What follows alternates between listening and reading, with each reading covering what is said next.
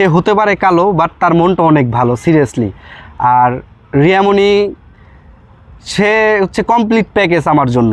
Hero Alam সর্বপ্রথম ইতিকে নিয়ে বলছিল যে ইতির এই রিয়ামণির জন্য 4টা সংসার নষ্ট হয়ে গেছে।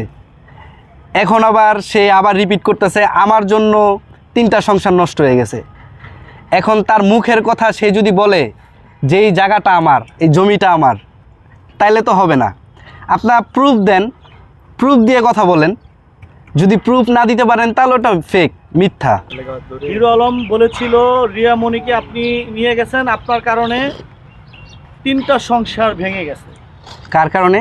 আপনার কারণে। আচ্ছা। হিরো আলম দাবি করেছিল, অভিযোগ দিয়েছিল। তো আপনার সংসার, হিরো আলমের সংসার এবং এই যে মিথিলার সংসার, 3টি সংসার ভেঙে যায়।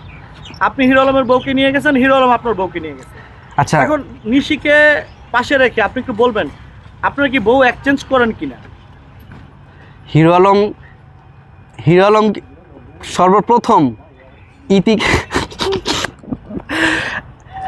আর মিথ্যা কখনোই উন্মোচন হয় না, সত্য সবসময় সবার কাছে প্রকাশ পায় একদিন না একদিন। হিরো আলম আরেকটা অভিযোগ করেছিল, হিরো আলমের জমিনে আপনি চাষাবাদ করেছেন। আপনার জমিনে হিরো আলম কোনো চাষাবাদ করেনি। আচ্ছা, চাষাবাদটা কি? চাষ করেছেন? হ্যাঁ, হিরো আলমের জমিনে আমি চাষ করেছি। হিরো আলম, রিয়ামণিকে নিয়ে আমি ভিডিও বানাই। রিয়ামণি খুবই ভালো একজন মেয়ে, খুব ভালো ডান্সার, তারপর হচ্ছে খুবই বুদ্ধিমান একটা মেয়ে। তো এটা দর্শক যখন দেখতেছে যে আমাদের ভিডিও খুব সুন্দর হচ্ছে, হিরো আলম তখন সাইকো হয়ে গেছে। সে এখন কি করবে?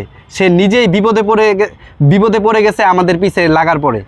এর জন্য সে উল্টা পাল্টা একটার পর একটা আমাদের সম্পর্কে বলতেছে।